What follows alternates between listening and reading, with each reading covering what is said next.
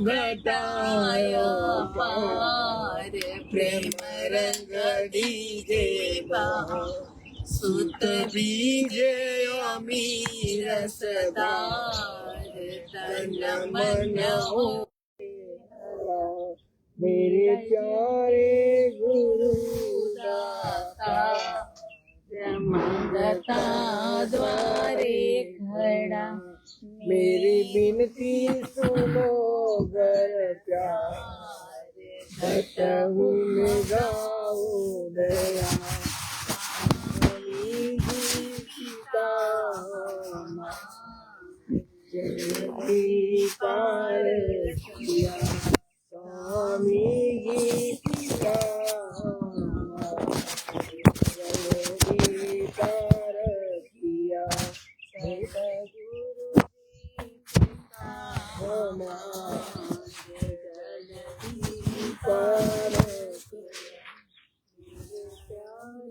गुरु दाता द्वारे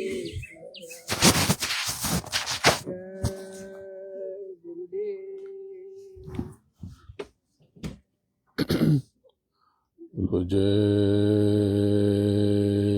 गुरुदेव जय गुरुदेव जय जय गुरुदेव जय जय गुरुदेव जय गुरुदेव नाम किसका प्रभु का जय गुरुदेव नाम किसका प्रभु का गुरु महाराज के पावन चरणों में बारंबार नमन करता हूं और आप सबकी आज्ञा चक्र पे बैठी आपकी सूरत को आपकी रूह को प्रणाम करता हूं। पवित्र जीवात्मा, आज पूर्णिमा है। पूर्णिमा ये पूर्णता का प्रतीक है। ये आपके अधूरेपन को मिटा करके उस परम पुरुष पूरनधनी में मिल जाने का प्रतीक है, जो शब्द स्वरूप है। मुझे यहाँ पर जब मैं रेडियो स्टेशन गया था तो वहां पे किसी ने कहा कि नवधा भक्ति, इसके बारे में आप कुछ नहीं बोलते, क्या ये शब्द योग से अलग है? तो भाई, भक्ति तो शब्द योग और भक्ति ये तो आपस में गुथे हुए हैं, मिले हैं, जुले हुए हैं। जब आप अपने अंदर की तलाश करेंगे तो इस स्थिति को आध्यात्मिक होना कहते हैं। जब आपका अपने से स्वयं से परिचय होने लगे या परिचय करने की तरफ आप आगे बढ़े तो ये स्थिति आध्यात्मिक होना है। जैसे आपको अपने कर्म का बोध हो जाए, आपको अपना पता चल जाए, तो ये धार्मिक होना है। अब भारतीय आध्यात्मिक मनीषा जब जीवन के गहरे रहस्यों की खोज में उतरती है तो वो पाती है कि ये दृश्यमान जगत जो उसे दिखाई दे रहा है वो जड़ से परे है। तो उसके भीतर कुछ धड़क रहा, कुछ स्पंदन। तो इसको हमारे उपनिषदों ने भी पहचाना, जो कि वेद से प्रकट हुए और वेद ईश्वर के मुख से प्रकट हुए, ईश्वर यानी ब्रह्म। तो इसमें ऊपर का कोई भेद नहीं है, लेकिन वो तो मालिक के पुत्र है, मालिक सही उपजे। तो मुख से कुछ भी कहेंगे तो कुछ न कुछ तो वो मालिक का अंश, मालिक की चेतना की सुबगाहट, सुराग या तड़प पैदा तो होगी। तो वेदों से ही उपनिषद निकले और उपनिषदों ने उद्घोष किया कि आदौ शब्द, आदौ शब्द। यदि सृष्टि के आदि में, आरंभ में, शुरुआत में, प्रारंभ में केवल शब्द था, केवल नाम था, केवल नाद था, जिसको नाद ब्रह्म कहते हैं, शब्द ब्रह्म कहते हैं। ब्रह्म यानी पूर्ण ब्रह्म की बात है। तो पूर्ण ब्रह्म के कारण ही उनसे जो निर्गुण प्रकट हुए उनको हम द्वादश, ये षोडश ब्रह्म कहते हैं। तो द्वादश ब्रह्म जो 12 ब्रह्म है वो तो गुप्त है, वो तो पार ब्रह्म और पार ब्रह्म परमेश्वर और महाकाल प्रभु के मध्य वो अपने अपने मकाम पे बैठे हुए हैं।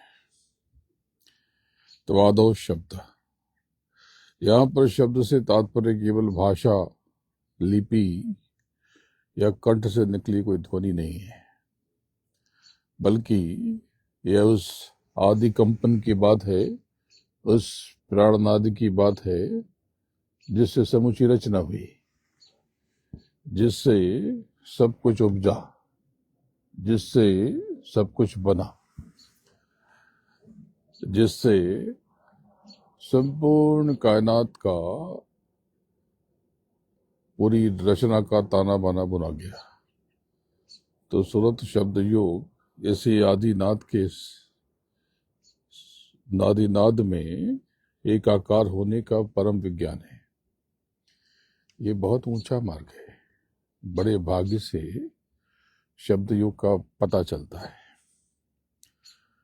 तो बात ऐसी है कि संत मत और ऋषियों की भाषा में हमारी जो चेतना की धारा है, जिसको आप आत्मा कहते हैं, रूह कहते हैं और सोल कहते हैं, इसको सुरत कहा गया।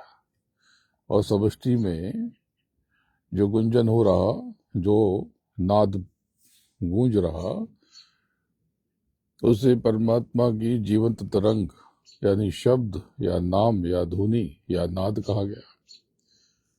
जब जीव की बिखरी हुई सुरत उस शब्द से, उस नाद से जुड़ जाती है, उसमें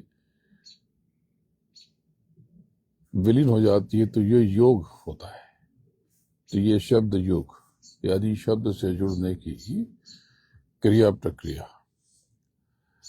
परंतु संसार के कोलाहल में, विषय वासनाओं में फंस करके आपकी चेतना सीधे उस अति सूक्ष्म नाद को सुन नहीं पाती।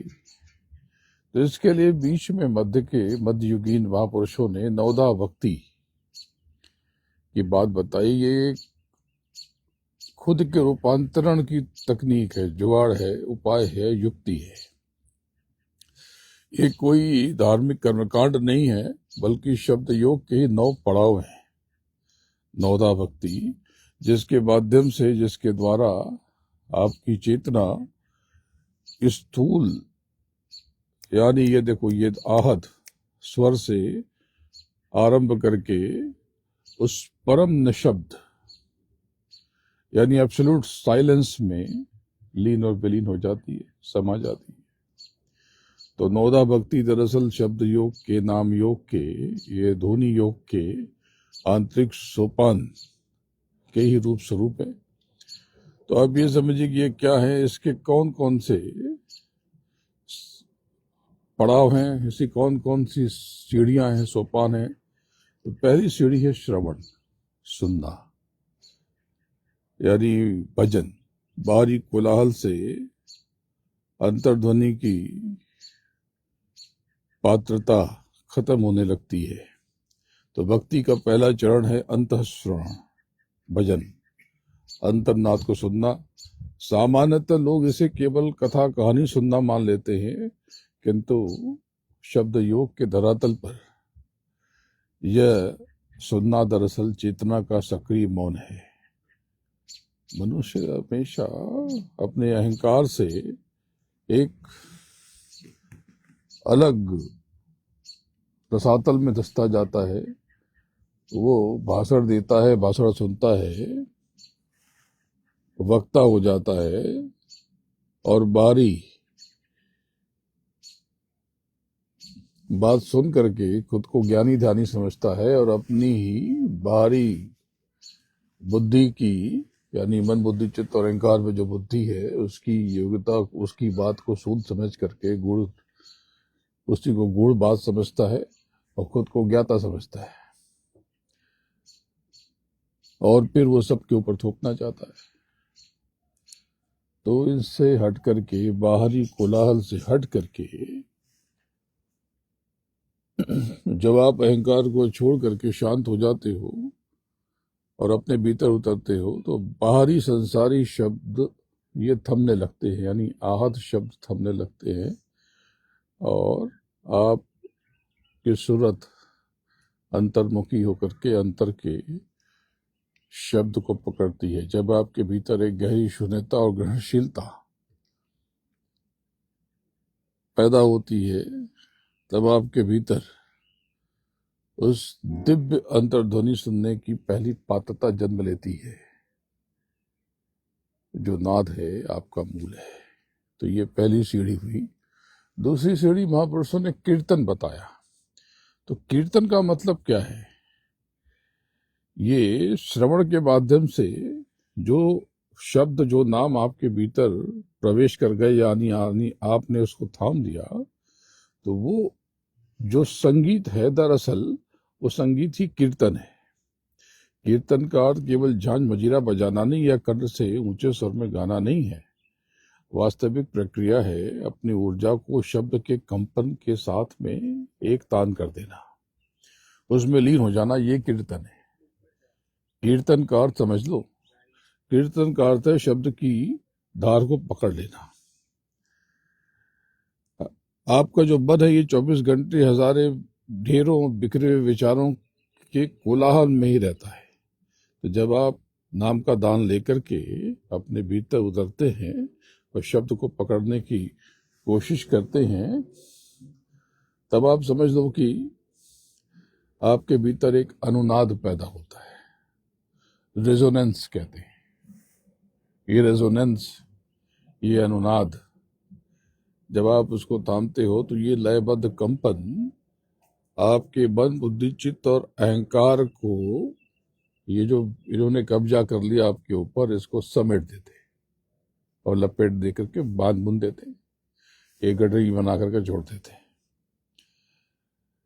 अब ये समझो, इससे क्या होगा? जब आपका मन काबू में आ गया, जब आपका मन काबू में आ गया, तब आपके भीतर आप एक केंद्र पे जाने लगते हो, जहां से ऊपर चढ़ करके ये सहस्रार से, सहस्रार यानी हजारों पंखुड़ियां ऊपर की तरफ आपको खींच के लेके जा रही। शब्द ऐसा अनूठा शब्द आपके चारों तरफ घूमने लगता है, आप झूमने लगते हैं। इसलिए शुरू में बैठने में दिक्कत होगी भजन पर, लेकिन जब आप नियमित रूप से भजन पर बैठने लगोगे, तब आप उसी में किसी नशेड़ी की तरह हो जाओगे। बैठे आनंद है, कोई अपमान कर रहा कोई दिक्कत नहीं, सम्मान दे रहा कोई दिक्कत नहीं, खाना मिला कोई दिक्कत नहीं, नहीं मिला कोई दिक्कत नहीं, अच्छा घर है कोई दिक्कत नहीं, झोपड़े में बैठे कोई दिक्कत नहीं, छत है कोई दिक्कत नहीं, छत नहीं है तो भी कोई दिक्कत नहीं। तो ये समझ लो कि उस शब्द को थामने की जो पद्धति है, जो स्थिति है, वो अवस्था, उसी को कीर्तन कहते हैं। कीर्तन का मतलब कि ढोल बजा बजा के गाना नहीं, अंदर के ढोल को सुनना, ये कीर्तन है। तो नवदा भक्ति में उन्होंने पहले बताया महापुरुषों ने श्रवण, फिर बताया कीर्तन। कीर्तन, कीर्तन यानी आप उसमें झूम रहे हो, उस घंटे में, शंख में, पखावज में, ढोल में, नगाड़ों में, आप अंतर में उस कीर्तन में मस्त हो।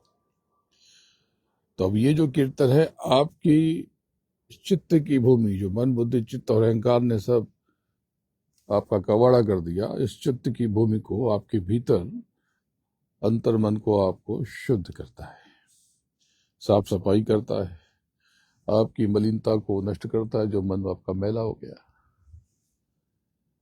जिससे चेतना आगे चल करके अनाहत नाद में, उस नाम में, शब्द में, ध्वनि में लीन हो सके, समा सके, उसको पकड़ सके, जो बिना घात और आघात के हमारे भीतर गुंज रहा है। तो नवदा भक्ति का तीसरा जो सोपान है, वो है स्मरण, जिसको हमने आपको बताया सुमिरन या सिमरन। अब ये सिमरन समझ लो क्या चीज है, कमाल की चीज है ये सिमरन, ये स्मरण से बना। अब ये सिमरन और सुरत ये जब एकाग्र होते हैं तब कमाल होता है। यानी जब स्मरण करते करते आप जिसको सिमर रहे हो आप उसमें खो गए। इसको मैंने कहा है कि जब आप माला करते हो तो आप खुद ही मन का बन जाओ, करके तो देखो। तो अपने महबूब को, अपने रहमान को, अपने मालिक को, अपने सदगुरु को उसमें खो के तो देखो। अरे ऐसा नशा है आपको, आप रो पड़ोगे कि मेरा मालिक मेरे सामने आकर के आता था, मैं तो गया नहीं, वही आता था बार बार, सर पे हाथ रखता था, निहारता था, कहता था धीरे से सारी दुनिया भर की हम फालतू की बात करते थे, वो चुपचाप सुनता था, अपने काम में लगा रहता था, बाहर जीवों को समेटता था और अपने पिता उतर करके अपनी सृष्टि को निहारता था और हम उसे समझ ही ना पाए। तो ये सिमरन की स्थिति समझो कि जाप और सिमरन में, सुमिरन में बहुत फर्क है। जाप इसमें उपांशु फुसफुसाहट है, जय गुरुदेव जय गुरुदेव जय गुरुदेव जय गुरुदेव। लेकिन जो सिमरन है ये जीव, इसमें कोई काम नहीं करती, इसमें जीव की, जिह्वा की कोई भूमिका नहीं है, जीव का इसमें कोई रोल नहीं है। माला खाली माला होती तो मालिक याद आता, जिसमें आप कहीं क्या ध्यान कहीं और न चला जाए, इसलिए माला पकड़ा दी गई, युक्ति के रूप में है। माला न हो तो भी सुमरन बड़ा अच्छा होता है। लेकिन अभी आप ये, आपको जो बताया गया माला लेकर के बैठना है तो माला लेके ही बैठना, अभी आपकी वो स्थिति नहीं आई कि बिना माला के आप कर सको। तो इसमें नाम केवल ये जीव और माला से परे निकल करके आपकी श्वास श्वास में समा जाता है, हर आती जाती सांस में ये समा जाता है और चेतना की पृष्ठभूमि में, यानी आपके सोल के बैकग्राउंड में वो लीन और विलीन हो जाता है। अब ये जो स्थिति है इसमें भक्ति कोई ऐसी क्रिया नहीं रह जाती जिसे आप सुबह शाम मंदिर में बैठ के करते हो। अब भक्ति आपकी स्थिति बन जाती है, हर क्षण भक्ति। आप खाना कर बना रहे हो तो भी भक्ति है, आप सफाई कर रहे हो तो भी भक्ति है। यानी अभ्यासी, प्रेमी, साधक संसार के सारे व्यवहार करता है। वो दुकान पर बैठता है, दफ्तर में जाता है, खेती करता है, सड़क पे चलता है, शॉपिंग करता है, सामान खरीदता है, राशन लेता है, दुकानदारी करता है, पर उसके भीतर एक जागृति की, जागरण की स्थिति बनी रहती है। जैसे संगीतकार तानपुरा लेकर बैठा रहता है, उसके पीछे तानपुरा गूंजता रहता है, वैसे ही अभ्यासी के भीतर उस शब्द की, तानपुरा की तरह स्मृति हमेशा बनी रहती है। और यहाँ आकर मैं और वह का द्वैत ढीला पड़ जाता है। द्वैत यानी बंटा हुआ दो में, और अद्वैत यानी एक, यानी केवल मेरा मालिक। जब जगत में, अरे दुनिया को भी तो देखना है, घर भी तो देखना है और मालिक को भी देखना है, तो अब ये बढ़ गया, आप कुछ नहीं कर पाओगे, अब कुछ नहीं कर पाओगे। तो द्वैत यानी बटा हुआ। ये लाइट जला देते, लाइट कर दो। द्वैत यानी बटा हुआ, और अद्वैत यानी एक आकार हो जाना अपने मालिक में, अपने प्रभु में, अपने सदगुरु में। तो अब यहाँ पर द्वैत ढीला हो जाता है और सूरत अद्वैत की तरफ बढ़ने लगती है।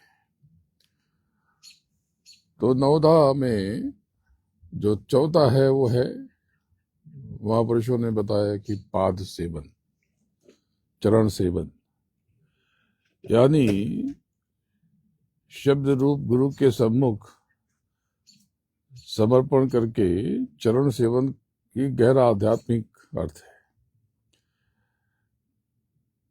है। दरअसल इसका अर्थ है कि अपनी स्व केंद्रित चेतना को उस विराट ब्रह्मांडी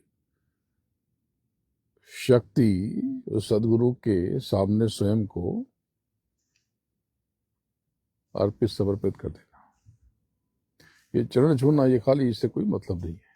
जब उस चरणों में जाकर के लगे यहीं पे सर पटक करके हम बैठ जाए तो यहीं खो जाए, बस इसी को पकड़ लें, हाथ से नहीं, बाहर से नहीं, अंतर में उतर के यहीं समा जाए। अब ये पाद सेवन है, चरण सेवन है। कहते हो जो आप प्रार्थना करते हो कि भरोसो चरण कमल का तेरे, ये पाद सेवन की स्थिति है कि बस तू है और तेरे चरण में मैं समा जाऊं, बस ये चरण कमल मिल जाए मुझे, अब कुछ नहीं चाहिए। आप जहां बैठे हो, यहां बैठे हो तो यहीं पे आप पाद सेवन कर रहे हो, उसके चरणों में समा गए, उस सदगुरु के, प्रभु के। भाई प्रभु को तो आप जानते नहीं हो, आप गुरु की दैहिक रूप का एक सहारा लेकर के आप अंतर में जब उतरते हो तब तो आपको सदगुरु की हैसियत का पता चलता है कि तो ऐसे तो आप जान नहीं पाओगे, ऐसे तो आप समझ नहीं पाओगे। तो शब्द योग में जो सदगुरु है वो शब्द स्वरूप है, वो शब्द का पुंज है, वो पूर्ण है, संपूर्ण है, परिपूर्ण है।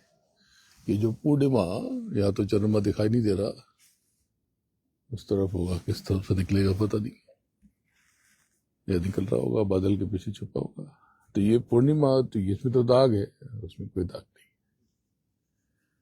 इसमें कोई दाग नहीं है।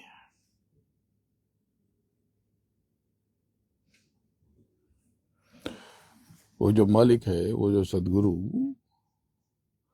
वो जो दिव्य ध्वनि है, दिव्य नाद है, दिव्य नाम है, दिव्य शब्द है, उसका जिंदा स्वरूप है, जीवंत माध्यम।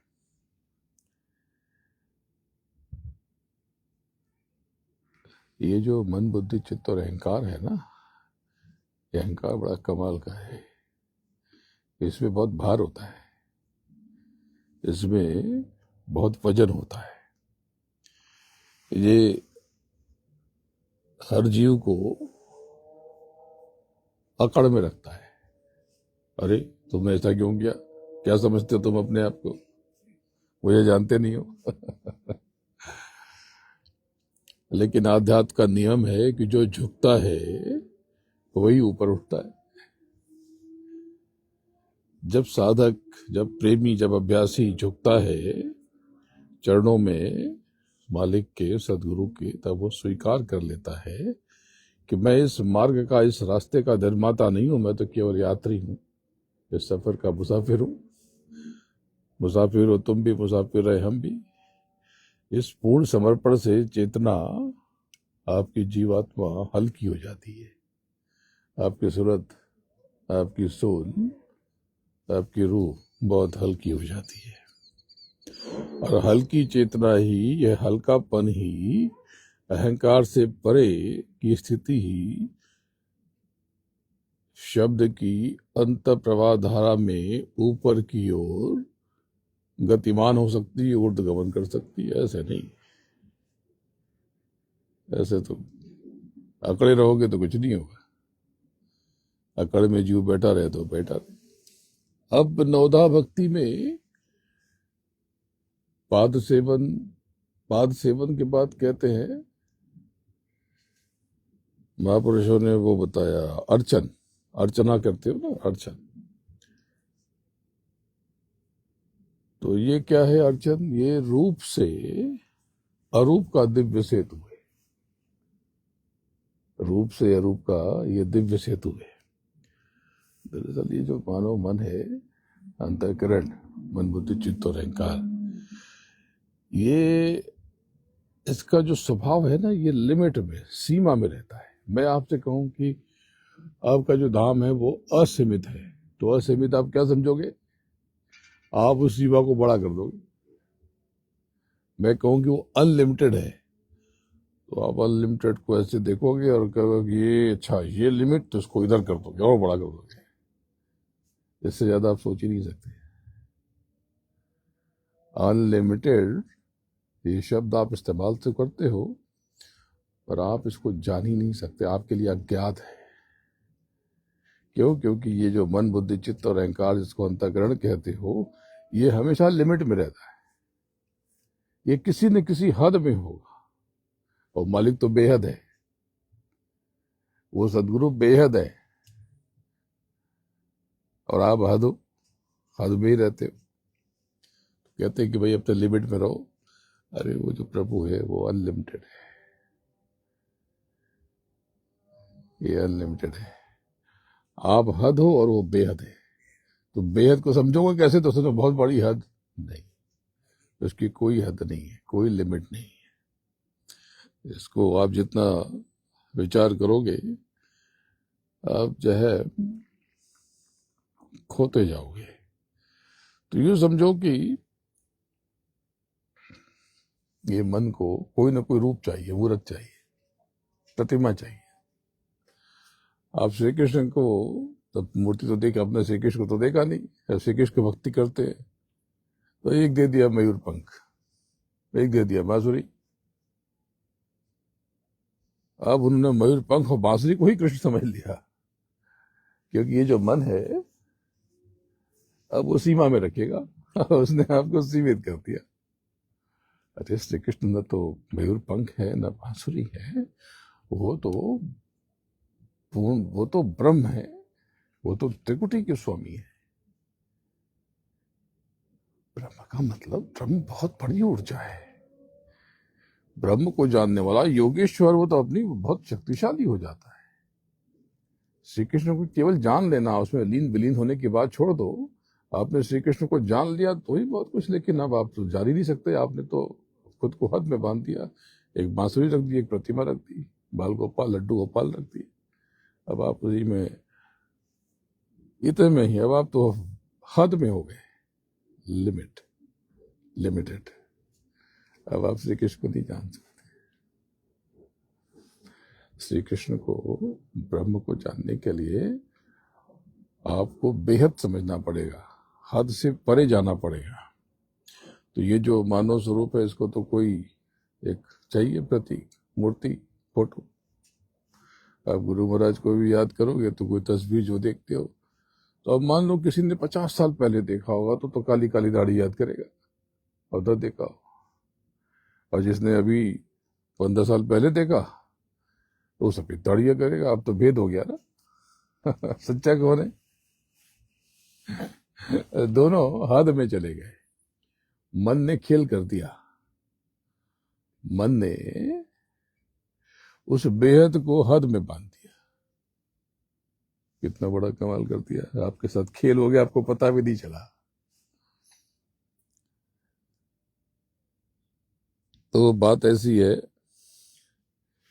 कि आपके भीतर जो तलाश, आप हमेशा परेशान रहते हो, सोचते रहते हो, अच्छा नहीं लगता। क्यों नहीं लगता? क्योंकि आपकी आत्मा, आपकी सूरत, आपकी रूह मालिक की, सदगुरु की तलाश कर रही, जो आपके सामने बैठा है, जो शब्द स्वरूप है, वो निराकार शब्द, उसकी तलाश कर रही। तो अर्चन दर्शन और मनोविज्ञान का बड़ा अद्भुत संगम है,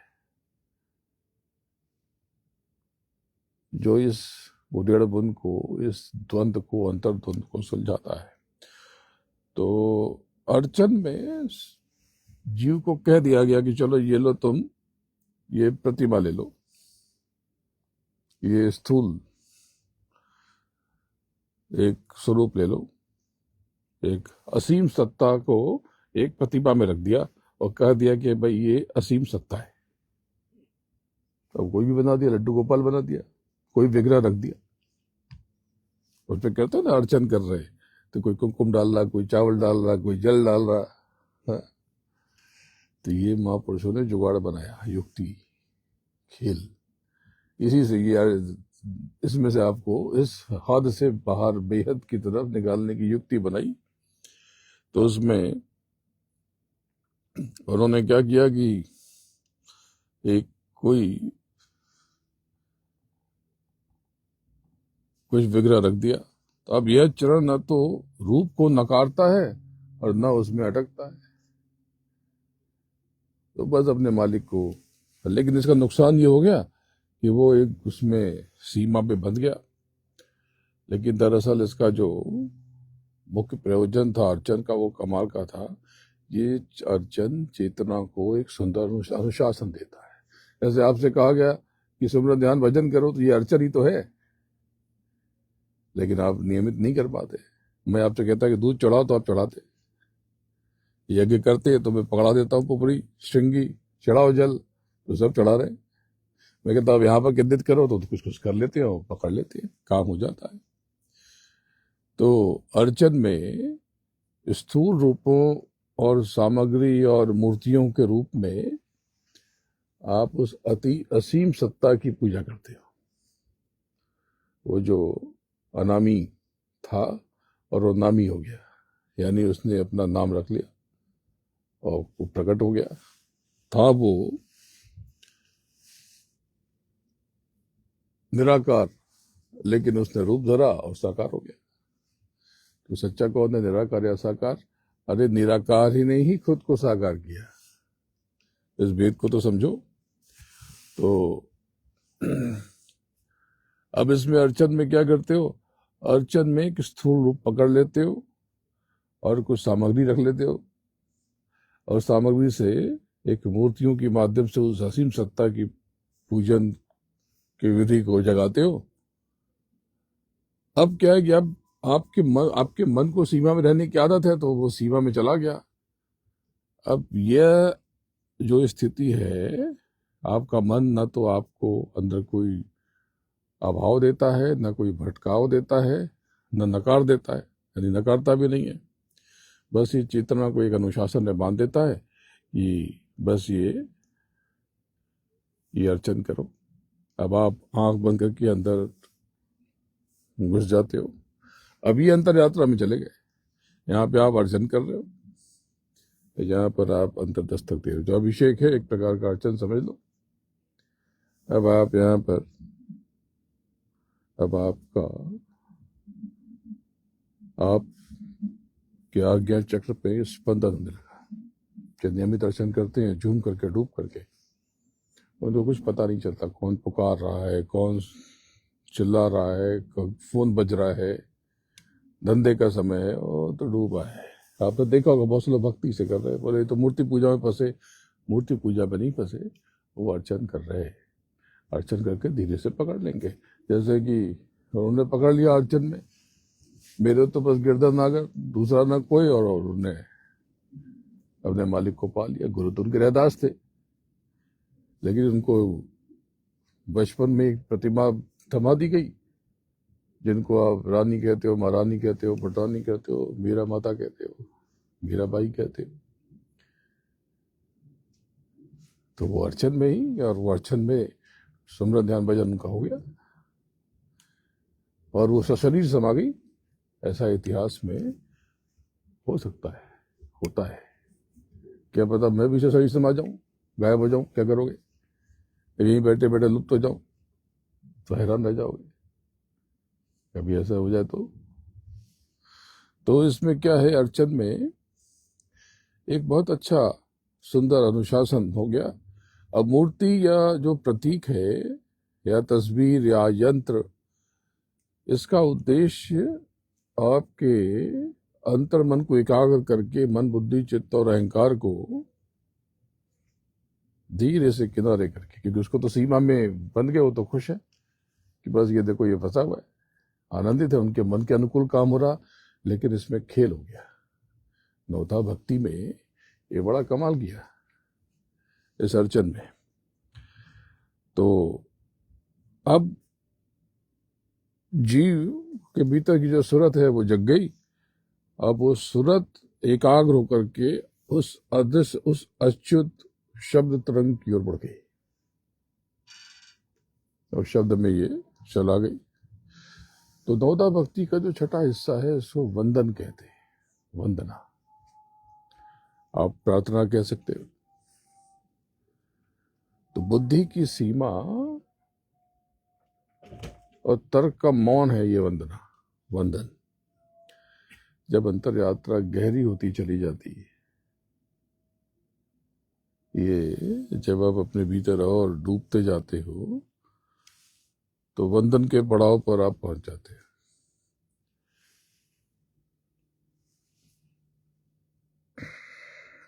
वंदन, इसका सीधा अर्थ है कि आपकी बाहरी जो तार्किक क्षमता है, बाहरी झमेला है, मन, बुद्धि, चित्त और अहंकार, इनका पूरा शांत हो जाना। डिस्टर्ब नहीं करना। यह वह घड़ी है, वह क्षण है जो वंदन से होता है कि यहाँ पर आपके सारे तर्क, सारी फिलॉसफी, सारा दर्शन, ज्ञान, विज्ञान सब थक जाता है, थम जाता है, और आपके भीतर एक परम विनय, एक अहोभाव कि वाह, अपने मालिक को निहारता और कहता वाहे गुरु, वाहे गुरु, या जय जय गुरुदेव, जय जय गुरुदेव।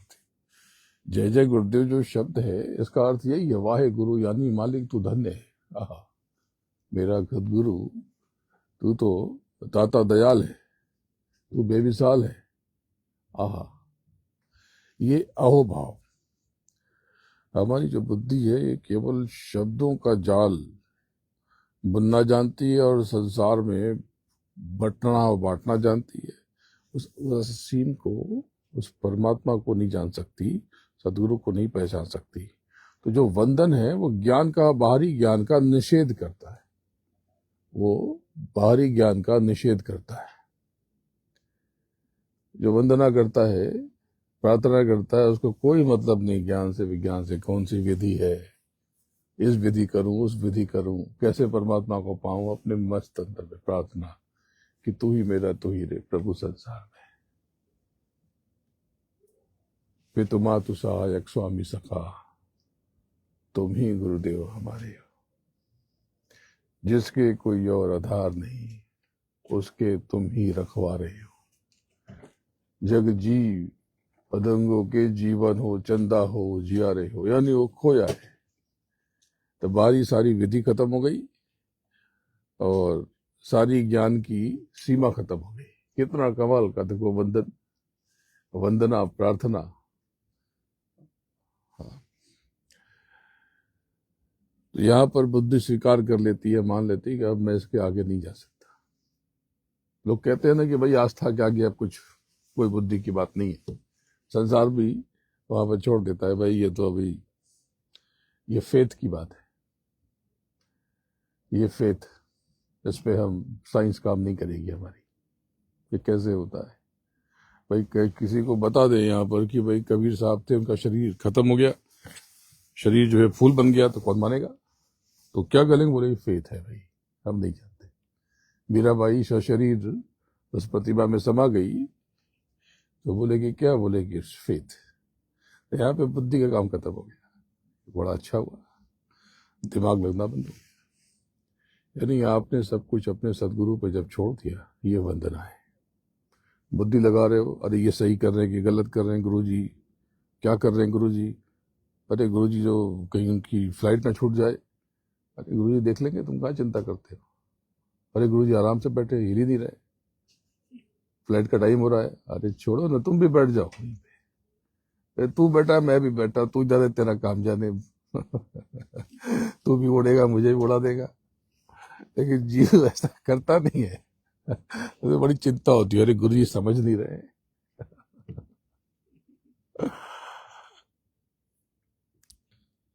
तो वंदन में इसमें बुद्धि स्वीकार कर लेती कि बस फेथ के आगे अब कुछ नहीं, अब मैं इसके आगे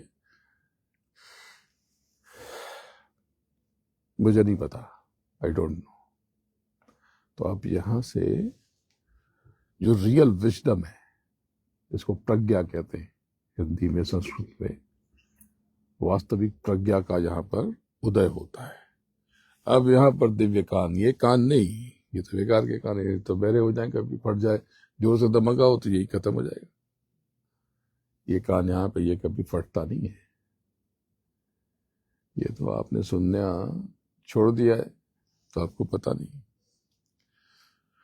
तो नौदा भक्ति में ये 6 हिस्से हुए ना, 5 6 बंधन तक आए। अब इसके बाद है जो 7वां सोपान है, वो है दास्य, यानी कर्ता भाव, सेंस ऑफ डूअरशिप, कर्ता भाव का विसर्जन। बुद्धि के मौन होते ही अभ्यासी के, प्रेमी के, साधक के भीतर दास्य भाव प्रविष्ट हो जाता है। दास्य का मतलब दासता नहीं है, दास्य का मतलब गुलामी नहीं है। दास्य का मतलब बहुत गहरा है, यानी मैं कर रहा हूं इससे मुक्ति। मैंने कुछ किया है, मैं कुछ कर ही नहीं सकता हूं, तेरा तुझको अर्पण। मैंने कुछ नहीं किया, मैंने कुछ दिया ही नहीं, मैं क्या दूंगा तुझे? तू जाने, मेरा नहीं है कुछ भी, सब तेरा है, सब तू है। तो ये जो खुद को कुछ समझने का जो भाव है, इससे मुक्ति, इसको आप जो है समझने की निष्काम कर्म, ये व्यवहारिक स्थिति है। अब जो अभ्यासी है, प्रेमी है, वो अपने आप को एक बांसुरी की तरह खाली छोड़ देता है, फ्लूट की तरह, बांबू का जो में छेद। वो जानता है कि ये जो फूंक है, ये मैं फूंक नहीं सकता, ये परमात्मा फूंक सकता है। और संगीत भी उसी का शब्द है, मैं नहीं बजा रहा हूं, वो बजा रहा है। मेरे भीतर फूंक भी उसी ने की, और उस बांसुरी में से, उस फूंक से जो ध्वनि बनाई, तो उसी ने बनाई। ये संगीत तो उस प्रभु का है जो स्वयं शब्द स्वरूप है।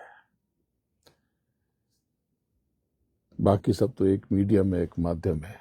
जब मैं करता हूं तो अहंकार आ जाता है, लेकिन दास से ये जो मैं कुछ कर रहा हूं, ये बोझ खत्म हो जाता है। मैं कुछ नहीं कर सकता, मैं कुछ हूं ही नहीं। तो अब इससे क्या होता है? कर बंधन रुक जाता है। इससे कर बंधन ये रुक जाता है, और यहीं से जीवन का बोझ और संघर्ष खत्म होने लगता है। बल्कि अंदर दिव्य शब्द की जो तरंग है, आपके भीतर आनंदमय प्रवाह के साथ बहने लगती है, और आप मस्त हो जाते हैं। तो साथ एक अब नवदा भक्ति में इसका 8वां जो हिस्सा है, सोपान है, वो है सख्य। सख्य यानी सुरत और शब्द की अंतरंगता। इसी से सखी बना, इसी से मित्रता बनी। सख्य, इसी को रास कहते हैं। जो रास लीला है दरअसल सख्य है। रास का मतलब देह नहीं है, दैहिक प्रेम नहीं है। और ये सख्य जो है, ये तीजे तिल पे होता है। रास भी यही होता है, इसीलिए वो तीजे तिल को ही कहते हैं। मधुबन, कुंजगली, वृंदावन, गुरुद्वारा, नाथ द्वारा, चरण कमल, ये सब तीजे तिल पे। तो ये जो सख्य है, ये इस परम चेतना से, शब्द से ये जुड़ाव। सख्य यानी मित्रता, सख्य यानी सखी, सखा। अब परमात्मा यहाँ पर कोई दूर आकाश में बैठा हुआ डराने वाला कोई शासक नहीं है, कोई हुक्म चलाने वाली कोई शक्ति नहीं है, बल्कि परमात्मा तो मेरे भीतर है, मैं ही हूं, मुझ में ही है। इसलिए जो कहते हैं, जान लेते कहते हैं हम ब्रह्मास्मि, उसने कहा अनल हक, मैं ही ब्रह्म, मैं ही हक। और हक कहाँ है? और प्रभु कहाँ है? मेरे भीतर ही तो है, मेरे भीतर ही तो है। यहीं पर देखो, बहुत बड़ा, अमेरिका का सबसे बड़ा मंदिर है। लोग कहते हैं कि आप वहां तो जाते होंगे। मैंने कहा कि मैं तो मंदिर में ही रहता हूं, मैं हमेशा मंदिर में रहता हूं। मंदिर यानी प्रभु, मंदिर में, मंदिर यानी अपने अंदर। तो जहां दूरी होती है, डिस्टेंस होता है, वहां डर होता है, फियर होता है। और जहां निकटता होती है, सानिध्यता होती है, वहां पर प्रेम होता है, अपनापन होता है। बहुत से लोग कहते हैं मुझे जो है स्पेस चाहिए, मतलब वहां प्रेम नहीं है, प्रेम खत्म हो गया, तो स्पेस ही ले लो। और जहां प्रेम होता है वो घुस जाते हैं, क्या कर रहे हो, क्या देख रहा, ला मोबाइल छीन लेगा, देख ले। लेकिन नहीं नहीं, हम नहीं देंगे। अब वहां पे प्रेम में कमी आ गई।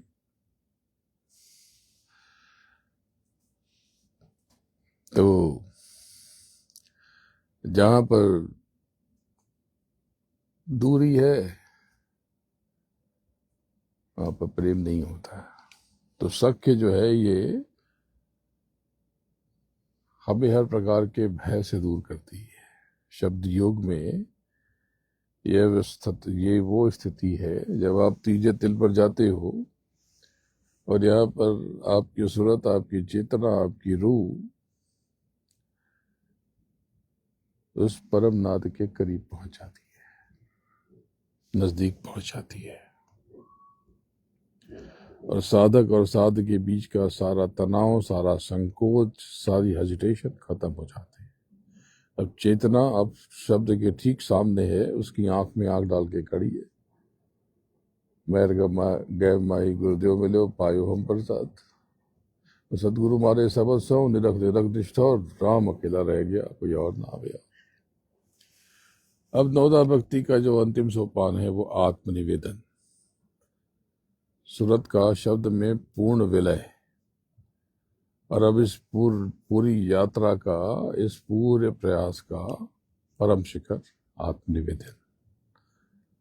ध्यान रहे कि आत्मनिवेदन कोई साधना नहीं है, ये सारी साधनाओं का समापन है कि मतलब मैं और मेरा मालिक, मैं और मेरा सदगुरु, अब कुछ नहीं।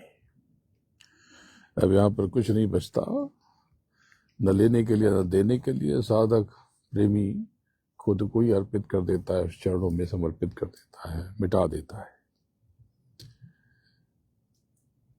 और अभ्यासी की जो सूरत है, आत्मा है, उस परम शब्द में घुल जाती है, मिल जाती है, समाहित हो जाती है।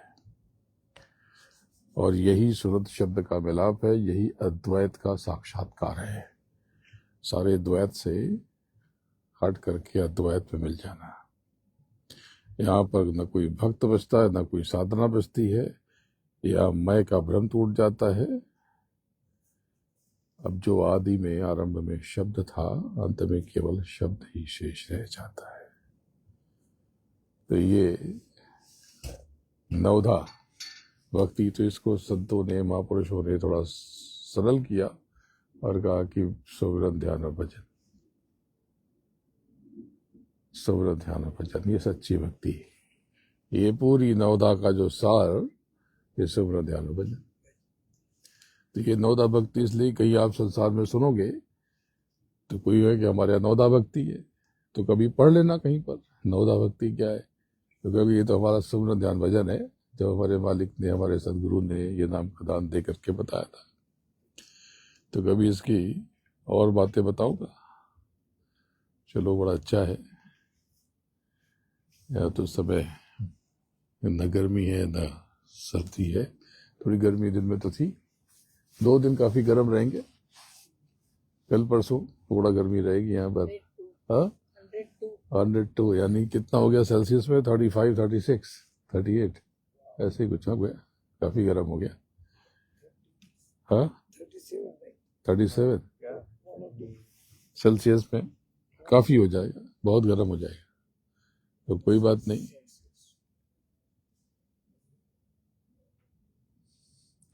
बोलो जय गुरुदेव, जय जय गुरुदेव। जय गुरुदेव नाम किसका? प्रभु का, जय गुरुदेव नाम किसका? प्रभु का। गुरु महाराज के चरणों में नमन करता हूँ और आपको प्रणाम करता हूँ। देखो यहाँ काफी मच्छर आ गए, सुरतें आ गई, घूम रही है हमारे सर पे, आपके सर पे।